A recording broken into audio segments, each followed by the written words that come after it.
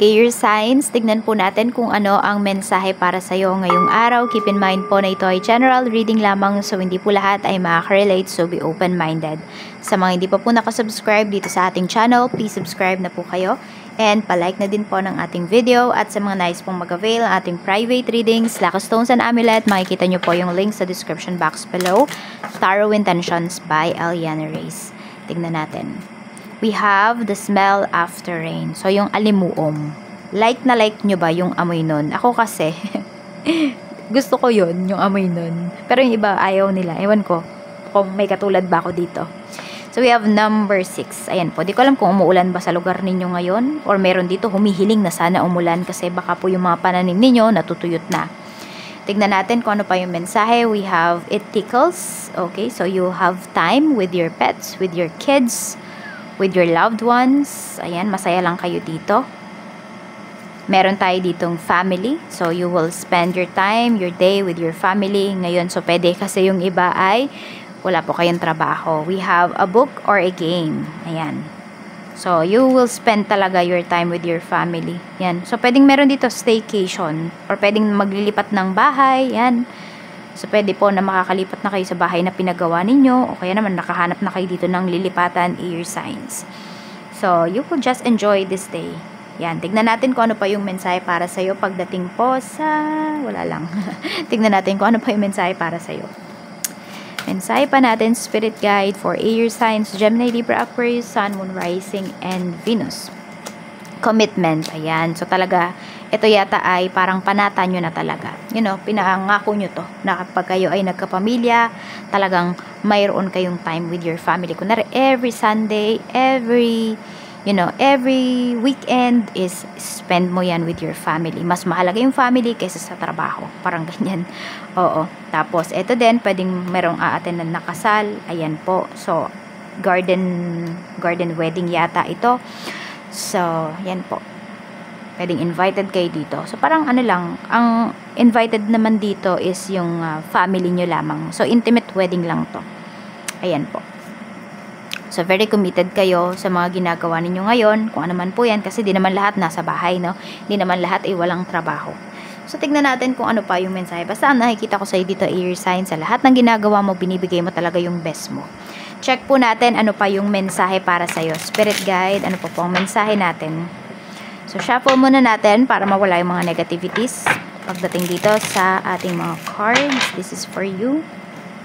Tignan natin.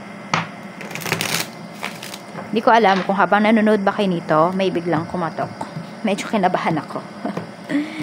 Tignan natin. Or may nag-tap sa window, ganyan. Kasi basta nyo nasa trabaho kayo eh. So, tignan natin kung ano pa yung mensahe para sa'yo. Pagdating sa work, Spirit Guide, ano po ang mensahe natin pagdating sa work? We have 3 of Pentacles. Meron nga dito, hindi kayo nagkakasundo. Yan. Page of Pentacles. Pero, ayan, kasi medyo na-stress lang kasi siguro yung iba sa inyo dahil meron nga kayong hindi maintindihan dito. Or sabihin natin, kayo yung nag-e-explain, hindi siya maintindihan nung kasama mo. Yan. Hindi mo alam kung ano ba, hindi ba talaga niya naiintindihan kasi ikaw yung nag-e-explain or hindi lang talaga niya maintindihan kasi mahina yung common sense nito. Medyo naiinis ka na, air signs. Ayan. Dito sa kausap mo, dito sa katrabaho mo. Kasi plinano nyo na to, pinag-usapan nyo na to. Parang lahat ng sinabi mo sa kanya, nakalimutan niya. Lahat ng tinuro mo sa kanya, nako, nabura na. Nag-holiday break lang. Tingnan natin. Meron tayo ditong the devil. Ito din, pwede rin to. Pagdating sa trabaho ninyo, meron yata dito mapag-utos. As in, utos siya ng utos. Yung parang, hindi pa kayo tapos sa trabaho. Tinatambakan kayo ng trabaho. Hindi pa kayo tapos. Pero wala. Naku. Bigay ng trabaho. Ang daming inuutos. We have the moon pagdating sa inyong negosyo. Meron tayo ditong 5 of cups but in reverse. Ayan po. So, meron kayo dito mga decision makings kasi nagagawin. So, tignan natin. Ayan. Okay. Hindi ko alam kung magbabago kayo ng opening ng store ninyo or ng closing. Mas hahabaan nyo yata ngayon. Air signs. Ayan. So, pwedeng may mga tututol na mga stuffs mo. Ayan. Depende. Depende. Siguro yung mga nangangailangan talaga na stuffs mo, if meron man, or kung kaya mo naman talaga, mas pahahabain mo pa yung opening hours po ninyo. Kung nandiyan lang naman din kayo sa bahay, ganyan, or work from home kayo, or meron kayong negosyo dyan sa bahay ninyo. Pero syempre, kung establishment yan, nangungupahan yung iba sa inyo, pwedeng medyo mahihirapan kayo dito. Pwede rin na may i-give up po kayo dito kasi medyo nahihirapan na kayo. Hindi ko lang alam kung ano ba to. Hindi ko alam kung pan-deliver nyo ba yan pagdating sa inyong negosyo. Pwede po kasi na medyo mahina yung deliveries ninyo ngayon. So, nagbabalak yung iba sa inyo na kunwari ibenta yung isang sasakyan, ganun. Or ipalit ng ibang items. Yung mga ganyan. So, meron kayo pinag-iisipan dito kasi medyo mabigat din talaga sa bulsa. Kasi po yung iba sa inyo, pwede na hinuhulugan nyo pa yan. Pwedeng, alam mo yun, hindi na parang break even kasi ngayong araw na to, or kaya naman pwedeng hindi nyo talaga makuha dun sa delivery fee yung monthly dun sa sasakyan, kaya medyo nahirapan kayo dito. Kaya para magkaroon kayo ng peace of mind, ano nyo na lang yan, i-let go nyo na lang, o yun nga, parang ipapasalo ng iba sa inyo. Tignan natin kung ano pa yung mensahe pagdating naman sa pera. So, po kayo mag-alala kasi makakabawi naman kayo dito. Ganun lang naman talaga sa business, 'di ba? Alam niyo 'yan, air signs. Hindi lahat hindi lahat ng araw Pasko, hindi lahat ng araw talaga ay mabenta.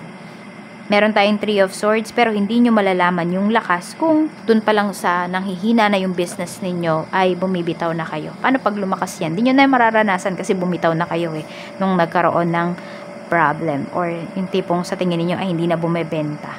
'Di ba? Sa halip na gawa niyo ng solusyon, na-give up na kayo dito. So kung gusto niyo maranasan yung yung harvesting time, yung peak season, tuloy-tuloy lang po kayo dito. We have 3 of Swords. Yan, pagdating to sa kaperahan mo, ayan, medyo nalulungkot talaga yung iba sa inyo pagdating sa money. Medyo madami kayong perang nawala. Siguro hindi siya nitong mga nakakaraang araw. Siguro yung iba din pala sa inyo, pwedeng may nawala kayong pera. Pero yung iba po sa inyo, pwedeng last year, ayan, naiisip nyo pa rin yung mga kinita ninyo o yung mga naging pera po ninyo, air signs. Pero, maging happy ka, air signs, kung nabayaran mo lahat ng bills po ninyo. Oo, tignan natin. At walang nagkasakit.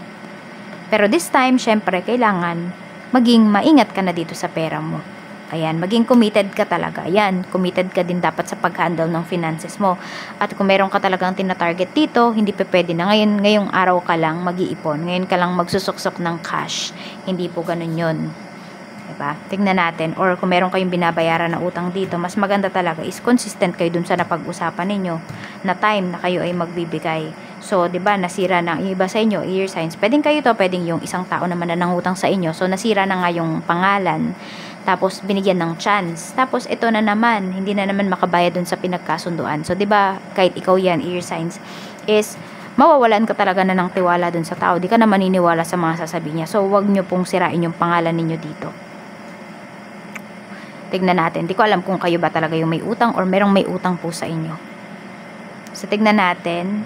Ano pa yung mensahe pagdating sa love life? We have the Hanged Man, but in reverse na kasi siya. So, meron dito, ano ba yan? Nandiyan pa rin talaga kayo ng person mo. Kahit na napakadami nyo na pong pinagdaanan na problema, na challenges, pero still, nakatayo pa rin kayo. Diba? Na, ano ba yun? Nagawa ninyo ng paraan yung inyong mga problema. Akala ng iba, mag-ano na kayo maghihiwalay na kayo. Ayan. Meron tayo ditong 2 of Wands. Okay, so nilaban nyo po talaga. Yes, may mga times talaga na hindi na kayo masaya sa isa't isa. Na-feel nyo yan, dumating kayo sa point na yan. Kasi pwedeng puro toxic na yung mga nangyayari, yung mga kaganapan sa inyong relasyon. Pero nilaban nyo pa rin. And ngayon, ayan po, pwedeng nandun na kayo ulit. Sabihin natin, hindi ba kayo nagsimula sa scratch? Pero sa mga lessons na, mas mas matatag na kayo at mas, sabihin natin, yung paggawa ninyo ng desisyon, mas pinag-iisipan nyo na pagdating dito sa inyong relasyon. Tignan po natin ano pa yung blessings na pwede mong ma-receive, air signs. We have, ayan, sex, kiss, hug. Okay, so sinasabi dito is embrace ninyo yung inyong sarili, embrace ninyo yung features, yung flaws ninyo, kung ano yung mayroon kayo. Ayan, and also, ayan, once na-accept nyo yung sarili ninyo, diba? Yun yung inaano natin sana may umaccept sa akin na ganito ako, ganyan ako, may ganito ako. Diba? I-accept mo muna yung sarili mo, air signs, bago mo hanapin yung taong mag-a-accept sa'yo. sabi nga is maging masaya ka muna on your own bago ka pumasok sa isang relationship. Dahil papasok ka ba sa isang relationship dahil gusto mong maging masaya? Nako, hindi mo mahahanap yun doon. Dapat it comes from within, your signs. Okay? So, ayan, kaya naman, embrace ninyo, mahalin ninyo yung sarili ninyo, tanggapin ninyo kung sino kayo at kung ano kayo. Kung ano man yung mga pagkukulang ninyo, ano yung mga, ano ba yung tawag doon? Okay, nakalimutan ko na, basta ayan. Kung ano man yung mga mayroon kayo, i-accept nyo po yan. At kung meron kayong kailangang i-improve po ninyo. So, yan lang po. Maraming salamat. Mag-ingat kayo always and more blessings to come. Bye-bye!